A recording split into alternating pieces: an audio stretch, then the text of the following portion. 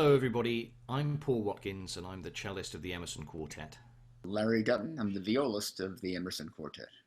Hello, I'm Eugene Drucker. I play either first or second violin in the Emerson Quartet, depending on the repertoire. Hi, I'm Philip Setzer. I play first or second violin, depending on what Gene is not playing. So between the two of us, we cover everything. We are the Emerson String Quartet. We're very sorry that we couldn't be there playing for you right now, but we have been rescheduled to come there and very much looking forward to playing a concert for you on July 6th in 2021. And everything will be hopefully back to normal then, and we will really enjoy bringing our music to you.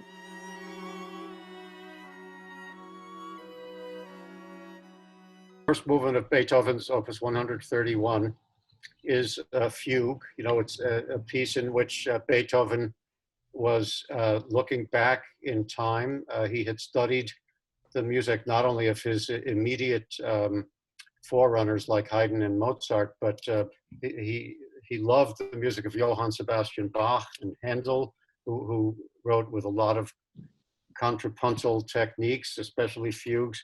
And he looked back even further, I think, to music of the Renaissance, to music like Palestrina. And I think all of that immersion in earlier works, as well as his own startling individuality, are apparent in this piece. Another thing to keep in mind while watching and listening to this is that each instrument enters with the fugue subject in turn. So first you'll hear Phil playing the opening, just a solitary voice playing an almost inexpressibly sad melody. And then I join on a different step of the scale. And then the viola comes in, finally the cello comes in, and there's this increasingly rich texture that results from the interweaving of the voices, and then some other material is explored. And then, because this is just the first movement of a multi-movement work, it ends somewhat inconclusively. It's still in the key of C sharp, but instead of being in C sharp minor, at the end, there's an enigmatic conclusion in C sharp major. Now, in the context of the full work, Beethoven actually just uses that final C sharp major as a kind of stepping stone to the key of the next movement, which is D major.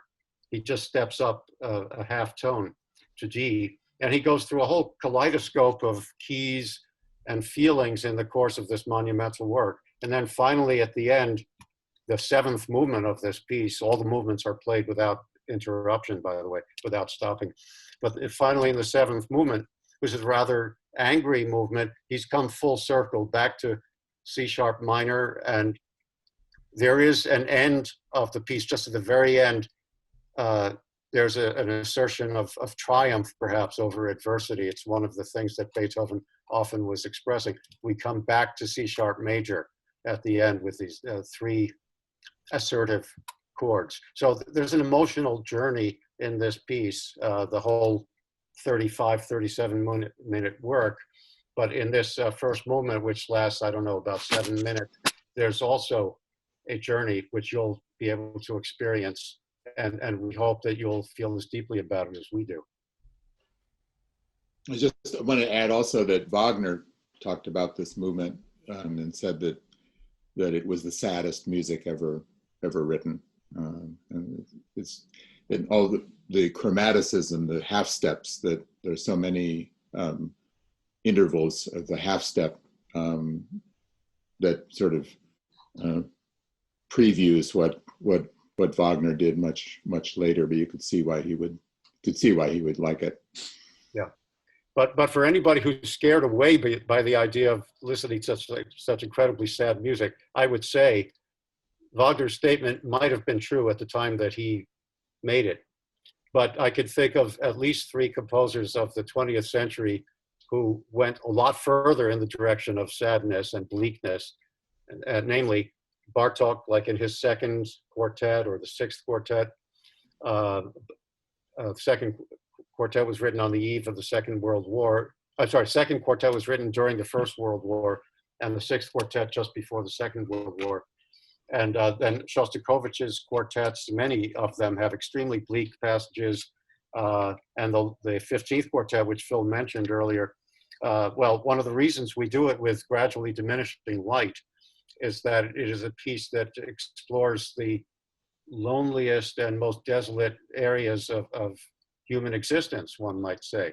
And then Berg, in his lyric suite, which is all about a secret love affair, well, the sixth movement is called Largo Desolato. It's absolutely desolate music, and based on a poem, a German translation of a poem by Baudelaire, which also expresses great despair. So I think that,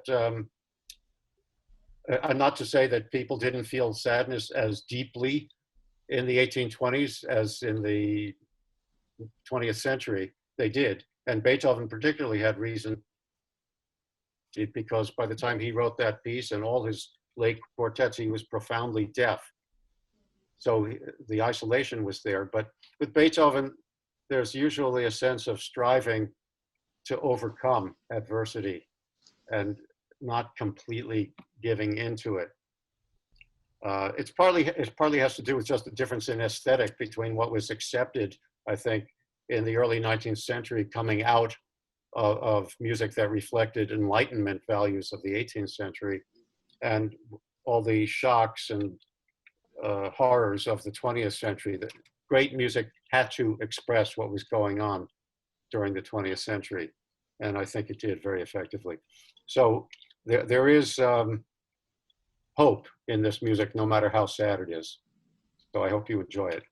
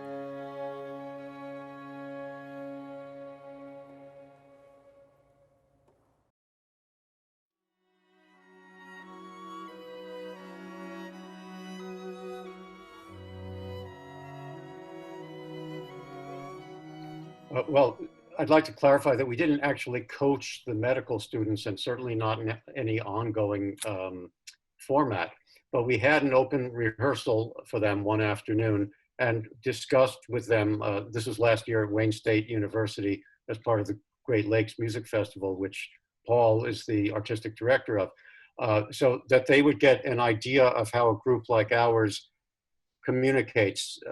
I think some of it probably was verbal communication during that open rehearsal, but mostly they wanted to know about the nonverbal aspect. And so this is what we told them verbally about our nonverbal communication, and which they could observe while we were playing together. So we look at each other both directly and peripherally while we're rehearsing, and I think especially while we're performing, because in the performance situation, first of all, there's no stopping and going back, but also you can't really talk to each other during a performance. So in order to hone the level of our split-second timing that we need in order to play together, there are a lot of cues, probably a lot of them we aren't even consciously aware of anymore because we've been playing together for years. But by the way somebody lifts his bow to approach the string, if that person at that moment is sort of entrusted with giving a cue, then the others will have a very clear sense of exactly when the sound is going to come out. And I want to add to this that it's not usually a question of one person leading and the other three people following. I mean, there might be certain situations, specific passages in music where that makes sense, but usually it's the four of us playing together.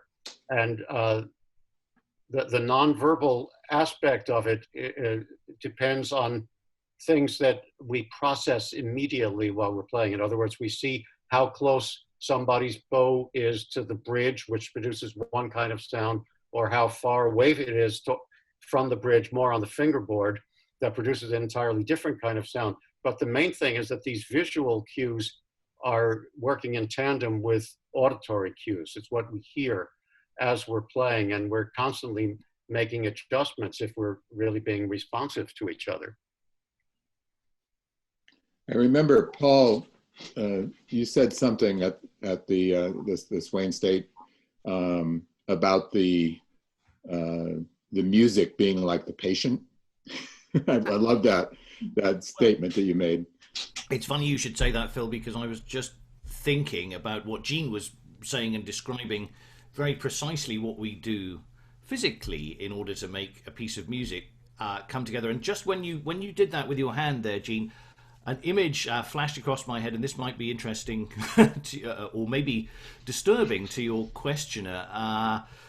about a surgeon lifting a scalpel, perhaps, and then maybe the anaesthetist going, "Oh no, don't do it like that," or sensing a certain amount of nervousness. But yeah, I think you're absolutely right, Phil.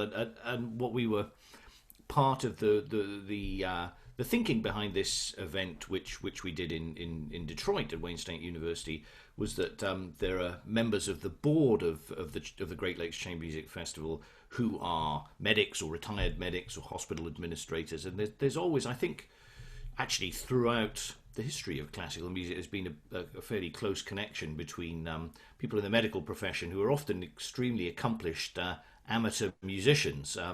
Almost to use the word amateur is insulting in the case of some of them. So we thought it would be quite natural to have a kind of collaboration, because the young apprentice doctors there at Wayne State are learning how to work in teams. I think that's really the essence of what they're doing. And if nothing else, what we do as a quartet is try to work as a team, but a team of individuals where the voices are equally strong.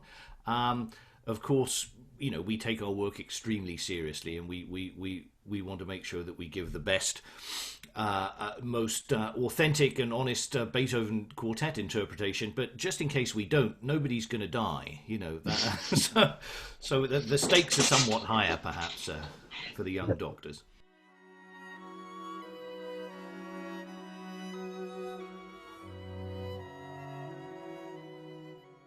We have never voted per se. We've actually heard that there are some groups that vote. I don't know how you vote with 4 people. You're going to get a tie. Budapest Quartet used to vote, and the cellist had the tie-breaking 5th vote, as it were. Yeah, but we don't do that. Don't think about that, Paul. Don't think about Yeah, forget that. Well, I mean, the question you asked is gigantic, right? I mean, because there's so many things about it, right? I mean, working out the music, that's one area, right? It takes easily, because the string quartet is so, it takes a group to at least work for 5 years before you even approach figuring out how to, you know, match your sounds and match your strokes and play in tune and all of the, you know, the basic stuff, and explore the music and try to even understand what Beethoven is trying to do, or Mozart or Dvorak, or you name it.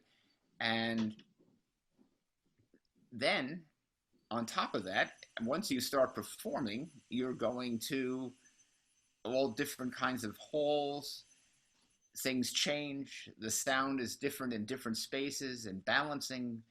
It goes on forever.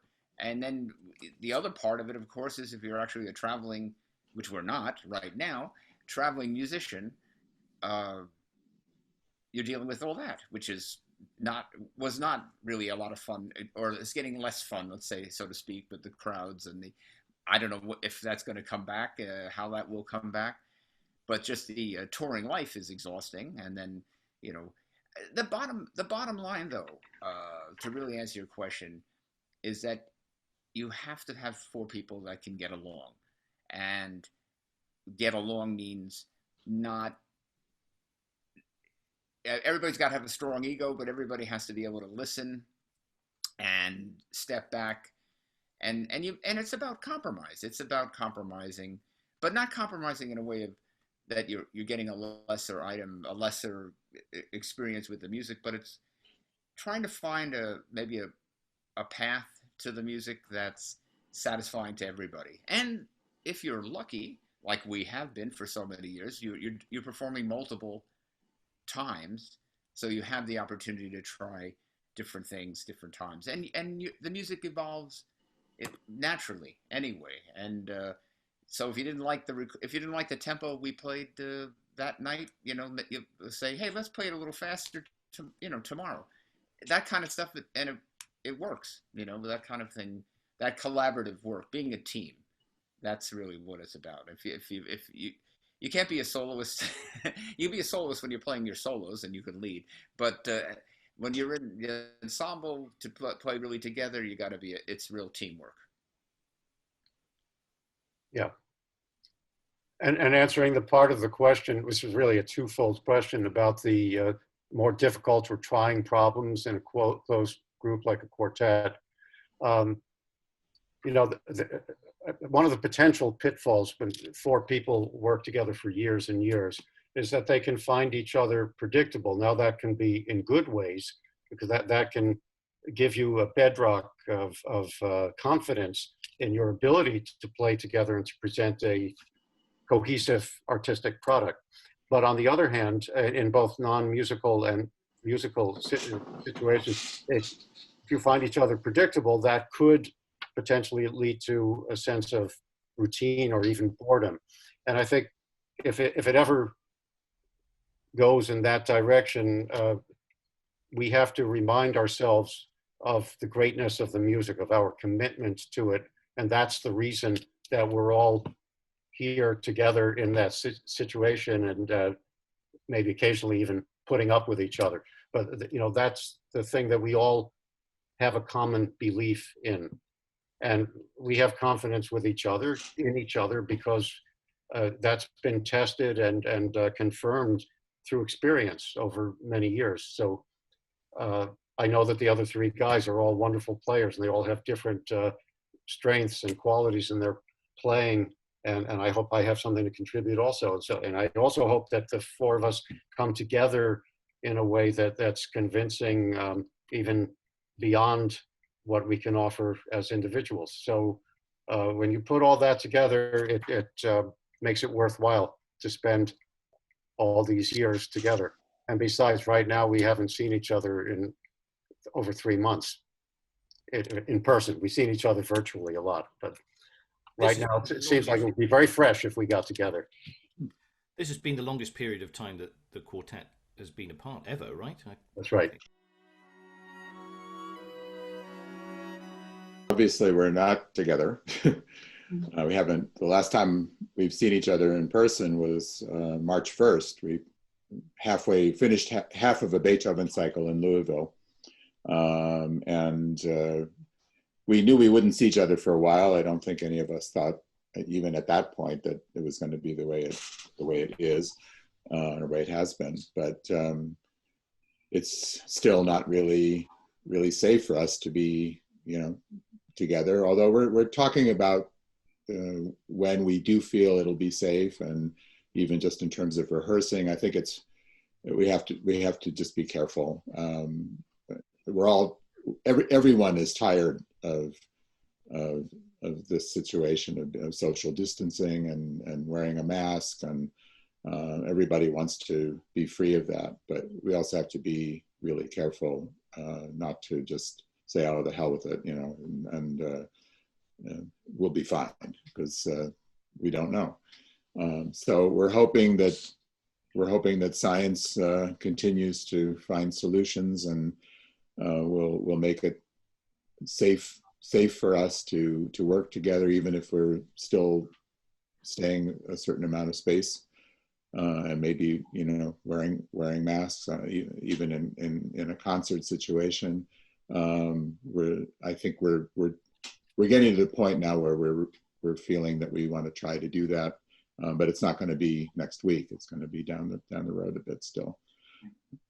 We are seeing a lot of each other and work, and we've had to spend a lot of time on email, but also Zoom meetings, trying to figure out when to reschedule a lot of things that are being canceled, and trying to save a lot of concerts like the one that we're doing for Appalachian State, so that these things don't just fall away completely. And that's taken a lot of energy for our incredible management team, and our manager, especially Linda Petrakova, who's been working so hard to for the future of trying to save our concerts, for all the people that want to hear us play. So that's taken a lot of energy, and just trying to look at the future, try to be optimistic. Yeah. Before the pandemic, I would say that we rehearsed as needed to learn new repertoire, and often we had to relearn pieces that we had already played together, but some years previously, so that it's like revisiting an old friend, but with all the challenges that were there, you have to address those challenges once more. And then with the ongoing repertoire within the season itself, in other words, let's say music that we played last month, well, we've got to maintain our level with those pieces too. So it's a mix, I would say, of learning pieces that are brand new for us, which means either brand new pieces in general, in contemporary music, or else older music that we just happen not to have played yet in our career. More frequently, though, it's a question of relearning pieces either from a few years ago or sometimes from many years ago when Paul joined the quartet, replacing our previous great cellist, David Finkel, in the spring of 2013. So there are some pieces that we had played years before David left the quartet. And so recently we come back to some of those, relearn them. And then they're just the ongoing pieces. And we feel the responsibility of keeping our level in performance as high as we can. Now, some of that, of course, is just a question of individual practice too, so that you feel confident when you walk out on stage. I believe there was another part of that question too, that I recall reading. How do you tolerate each other after so many years? Relates to the previous question. I go to repeat something, be very predictable to my colleagues, but something we often say is that it's vital, it's essential to have a sense of humor, which means to be able to distance oneself from certain things that might happen in the course of touring, for example, that are annoying or frustrating. I don't mean necessarily with each other, but just little stresses that occur as a result of interactions with other people or delays, travel delays that might increase the pressure that you feel if you have to walk onto a concert stage with barely having had time to rehearse, if there's been a significant delay, maybe not even to warm up, and you have to walk out and play something really difficult, not being fully warmed up. Well, it might feel stressful at the moment, but then I think we all have an ability to step back from that afterwards and find the humor, potential humor in the situation. And also I think we can each make fun of ourselves individually and occasionally make fun of the group.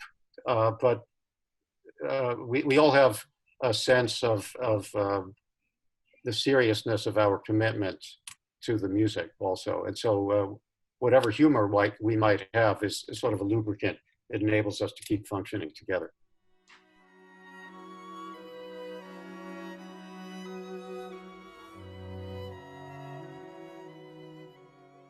I think it's very difficult to say, impossible to say actually, how it has affected us as a quartet at the moment, because it's separated us. We don't know what's going to happen musically. It's difficult for anybody in the performing arts who plays together, who plays chamber music or collaborates, to know. I mean, this is what March, April, May, June, July, 5. It could end up being a 6-month break from seeing each other and working together, and that may prove to be not that big a deal. I mean, the Emerson Quartet has been together for many decades, so one hopes that there'll be residual things. We won't have forgotten everything in that time. I think one of the things that we can think about and will have a lasting effect, and it was something that was starting to happen. I noticed it in the 7 years that I've been in the quartet, that increasingly we've been asked to use social media and personal devices to do ad hoc greetings for chamber music presenters for music festivals around the world. Something which we've done together more often than not in one of our living rooms after we've had a rehearsal, and I think we've taken that sort of thing actually pretty seriously, and we've always been available as a quartet, perhaps more so than other groups, for pre-concert events, for post-concert events, for discussing, opening ourselves up to the public. We think that's very important, and I think that will continue to be important. It will gain in importance. audiences' engagement, not just with the musicians as musicians, but with them as as exactly what we're doing here. So I think that will be a cornerstone of what we do, really, rather than and the icing on the cake, as it were.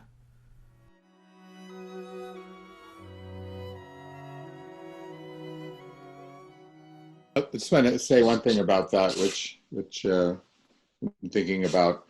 One of the things that's been difficult is sort of competing with the technological world especially for the younger generation, but even for the older generation. I mean, why spend money and to go to a performance when you can stay home and you've got all this great channels on TV, or you can even watch so many performances, and we're seeing that now. It's getting us through this horrible pandemic. It's helping for us to be able to sit down at the end of each day and watch a concert or a play or a BBC television series or something. There isn't any sports to watch except old sports, and of course all of these performances are pre-recorded, and so we're seeing concerts that were done before. I wonder if even for the younger generation, there might be an opening here to get them interested in seeing a live classical music concert, just as another way to experience something live. I think people, even no matter what generation, are hungry to see something happening live, because just nothing has been, or very little has been, except people playing in their living room and trying to synchronize with a click track and trying to make it seem like it's the same thing.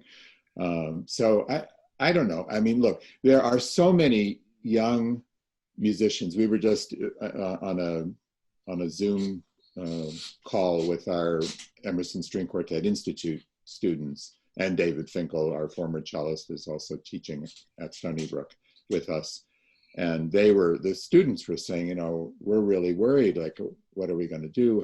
What's going to happen in the future? And how, not just in terms of the pandemic, but in terms of the cultural organizations and worrying about the economy and what all of the impact of that on the arts.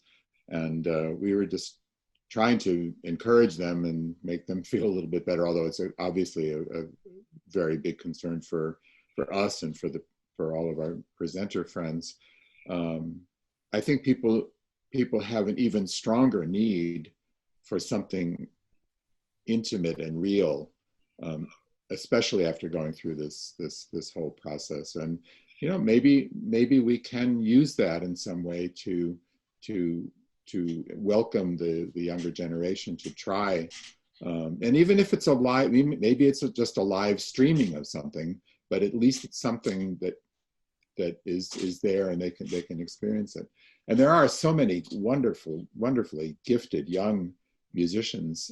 We do have a huge audience out there for classical music and classical string quartet concerts. It's not just an older generation that's interested in that. So I think that we can at least try to find ways to make that happen and to encourage that and to be optimistic about that. I don't think that what we do is something that's going to die away completely, ever. The question really is what's going to be eventually the new normal, because it's hard at this point to even imagine, and this is, we're getting people into concert halls, into the theaters, into the movie theaters, if that's even going to continue. That's like the very last phase. That's after the four phases. how is that going to occur? And this is the reality, and we've got to figure out how is there ways, we've talked about it, the live streaming of concerts. Can those things actually be some kind of, it's a hybrid of some kind? I mean, in your festival, you might have an outdoor space, and outdoor spaces can be much safer, obviously. That's great maybe for the summer festivals. That's not going to happen for New York City in January. But so there's a lot of big questions about all of this stuff, and maybe some concerts can be socially distanced with audience, so the audiences are smaller, but maybe they're also simultaneously live streamed, and some way there might be a way of monetizing that, but nobody knows yet. It's a wait and see, and maybe get ready. And we have to stay hopeful, or else it's all it's kind of depressing to think about it. And I'm actually, I think we're all kind of counting on the younger people they've got to really try to figure this out. I mean, there are so many wonderful young musicians, and they're not doing anything right now. I mean, it's really tough, and all this internet concerts, people layering stuff on top. I'm very tired of that. It doesn't sound all that great, and some people do it really well with their technical wizardry, but that's not, at a certain point that becomes tiresome. So maybe something has to be, reinvented. The wheel has to be reinvented somehow. So I don't know.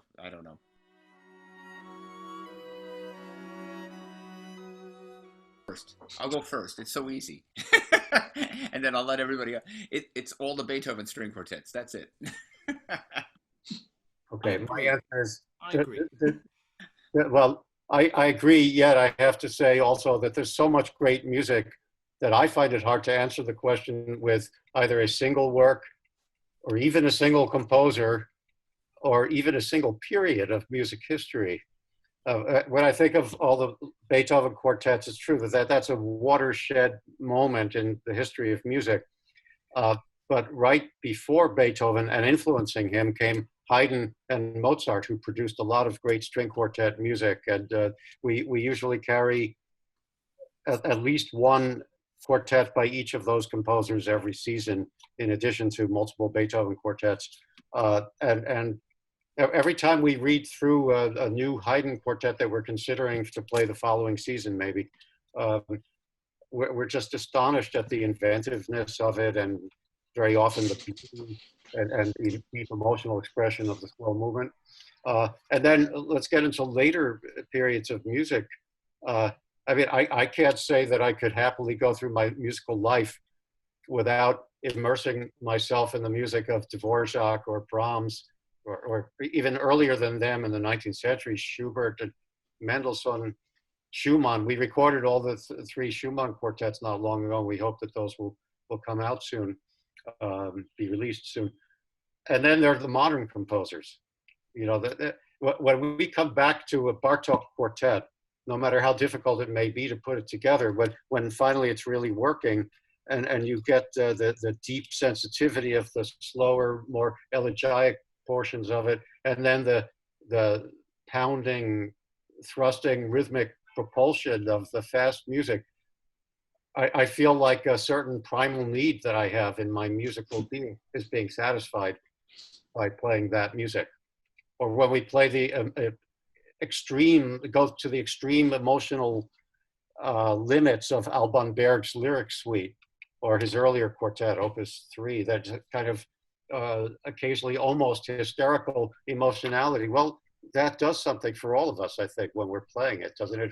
Provides us an emotional outlet that we don't get from any other kind of music. So all in all, we are blessed with this repertoire, and with the fact that we can immerse ourselves in mostly supremely great music that we're involved in at any moment when we're playing. I mean, the cello quintet of Schubert is probably my very favorite piece. But I grew up, my parents played in the Cleveland Orchestra. I grew up hearing hearing such great music every week practically, you know, the orchestral music, which I don't play, but there's certain pieces of all the Beethoven symphonies and all, but pieces that we play, I guess the Schubert Cello Quintet. I really like A Ticket to Ride by the Beatles though too. I think that's a really great song. They were a good quartet, weren't they? They were a damn good quartet. Yeah, they were. They didn't get along too well, but they didn't. No, that's true. For then, and what's amazing is that they did all that within about 8 years. With all the recordings they did. I mean, it wasn't over 40 some years the way our career was. Oh, I was agreeing with Larry. I mean, in terms of the quartet repertoire, what I was thinking actually when you mentioned the Beatles, I started thinking about Bach because I've been playing away just to sort of take my mind off things, a little bit of Bach on the piano every day rather than the cello. And that's one of the things that is often not asked. Because, all musicians are asked, who's your favorite, what's the greatest piece, or all these kind of questions which are impossible to answer. But in a quartet, you can be kind of specific and say, well, there are certain pieces or there are certain composers that we just don't get to play. We don't get to play Mahler, for example, because he didn't write a string quartet. I don't know. For me, and a lot of people don't like the idea of chamber music in Carnegie Hall. But I do. And I think it's one of the most glorious things you could possibly do, just to play in that hall. It's to use it's a rush to do that. I mean, there's something, just the historic, the feeling of being in that hall and to play in that hall.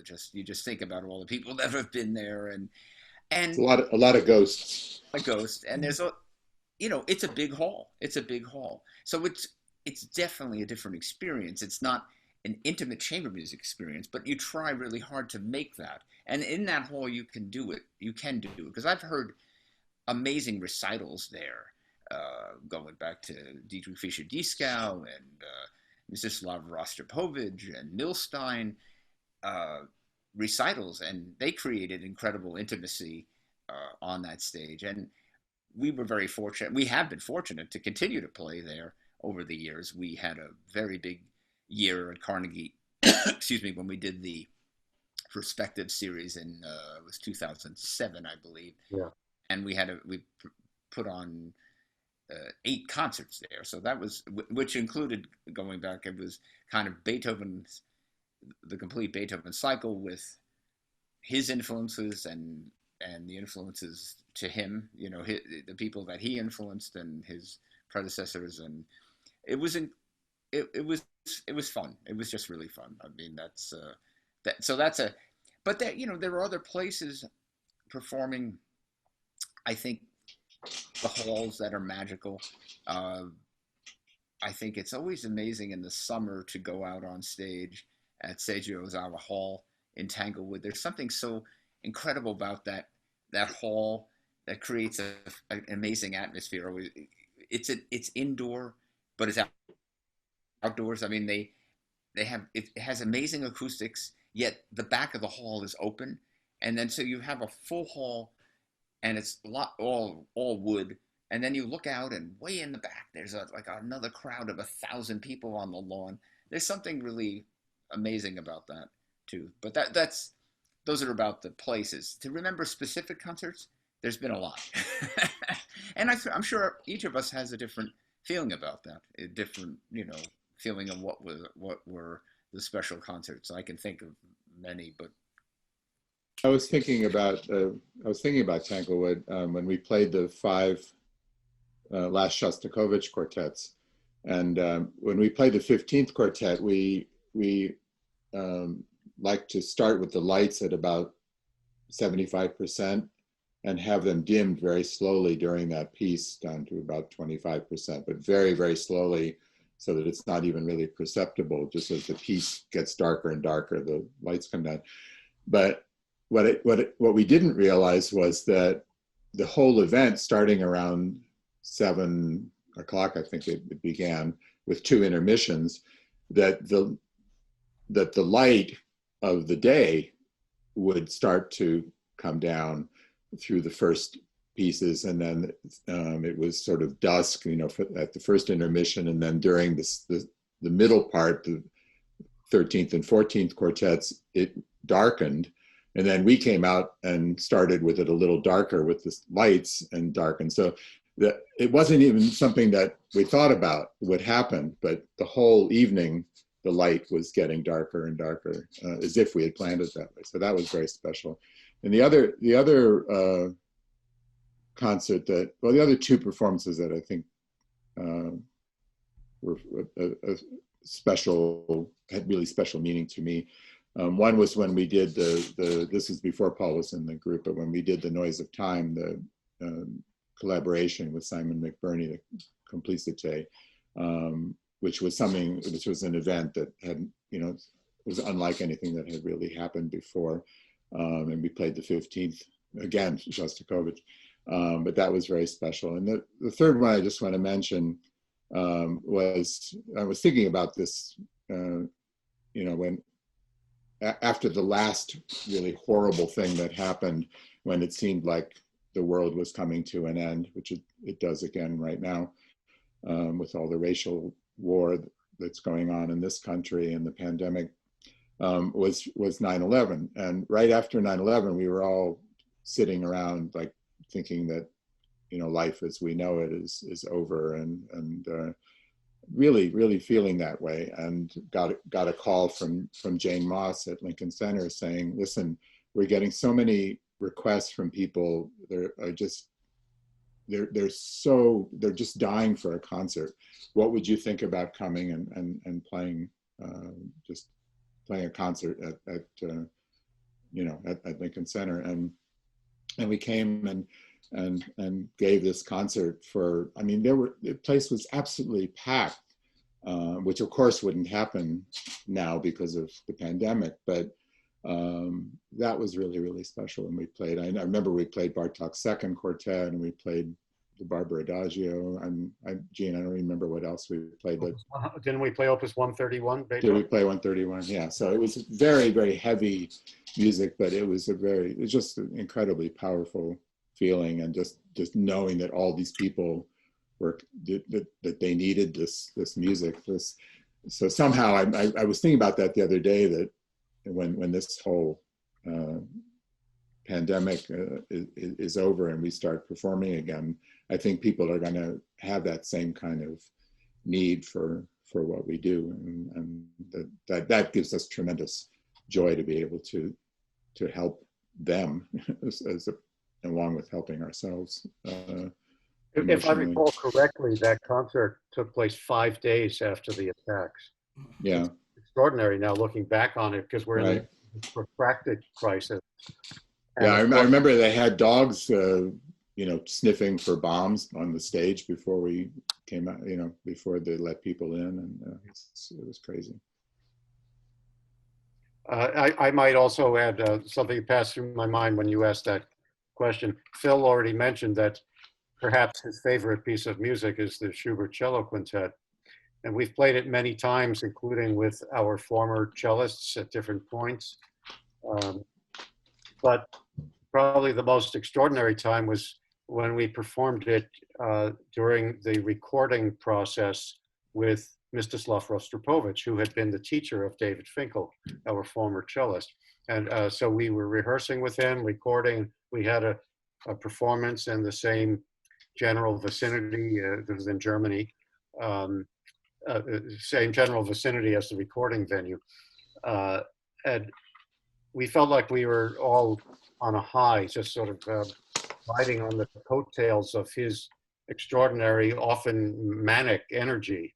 And it's a very celebratory feeling throughout those 5 days or so that we spent together. I mean, there have been so many extraordinary experiences that I've had with this quartet.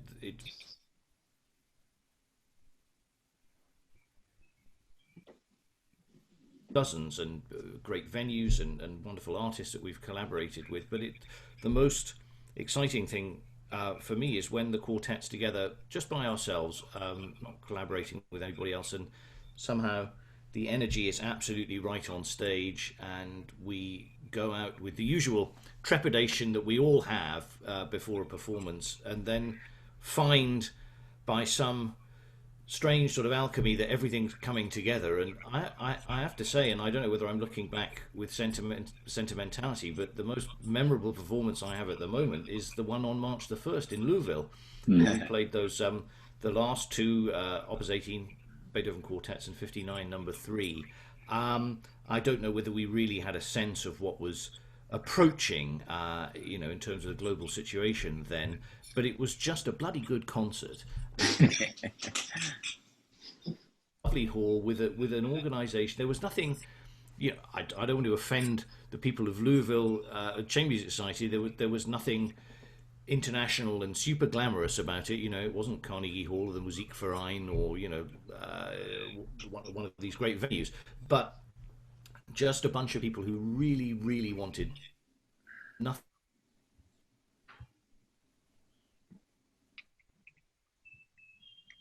Position on stage, basically facing the front.